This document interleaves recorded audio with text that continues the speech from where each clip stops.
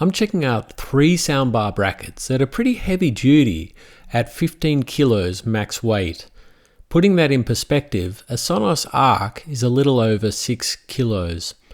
The bendy arm has the most compact packaging, but it's probably the most fiddly for installation. So screw together these joiners. The teeth prevent slipping. All the accessories are included.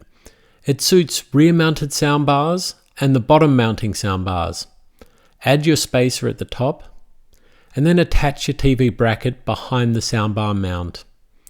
Here's that spacer from before. It's the same thickness as the vertical part of the soundbar holder. A view from the back of the TV and from the front. Soundbars tend to have different mounting widths compared to the VESA on the TV, so it's nice that you can go for different shapes. But in the case of this TV and bracket, we ended up with lots of bracket above the TV. One of the joiners was blocking the TV bracket's long 600mm vertical arm. So in this case, that design doesn't suit. I'd also prefer a lip on the foot of the soundbar. Though it is good that you can easily change the angle so that the soundbar sits snug under the TV. So given the right application, it's a really nice bracket. 3 out of 5 stars. Let's now check out the straight arm soundbar bracket. So just those 4 bolts at the back. From there you just slot it in between the TV bracket and the TV itself. And as we'll see, one of the best things is that it'll accommodate a really thick soundbar, but it'll also accommodate a very thin soundbar just by rotating those feet outwards. Like the other 2 soundbar brackets, you can mount the soundbar on the top or below the TV. The vertical arms are 437mm long, so they should suit any TV. TVs can have centrally located VESA screws or VESA screws that are at the bottom of the TV. This one has a 45mm lip at the end of each holder.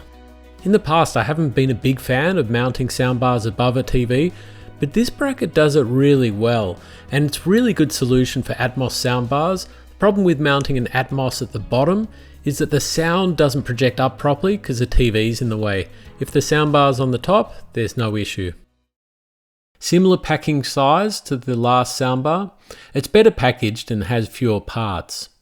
You have 2 vertical arms and the part that mounts to the soundbar. It comes assembled, but you can remove the feet. You have some spacers and that cheese wheel thing, which in this case sits at the top of the VESA holes. Here's the order of the washers, spacers, and screws. We add the other arm to the TV bracket. Notice that you can rotate the feet outwards, which is handy as most of the time the TV is facing down. The height can be adjusted, and you can rotate the feet to accommodate soundbars with a width of 77mm right up to 215mm, which is a lot of range. Compared to the last soundbar, I prefer the lip at the front. We looked at the soundbar mounted below the TV. Now let's look at it mounted above the TV.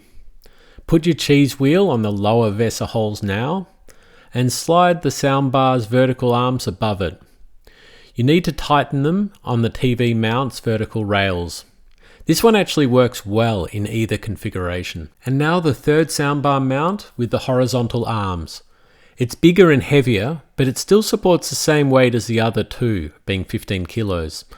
Like the others, it supports both mounting positions, so you can mount below or above the TV. It supports soundbars with a depth of between 86mm to 155mm, but not quite the range of the last soundbar mount.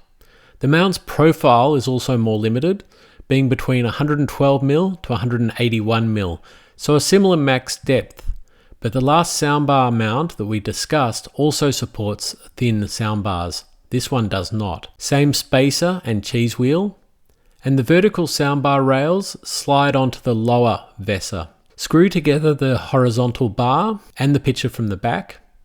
Tighten it to the rails. It has VESA support for between 150mm to 800mm width, so just about all TVs are covered, and clamp the soundbar mount's feet to the horizontal bar. It looks nice, but it isn't as easy to install as the other soundbar mount. It's also harder to get the soundbar to be snug against a TV.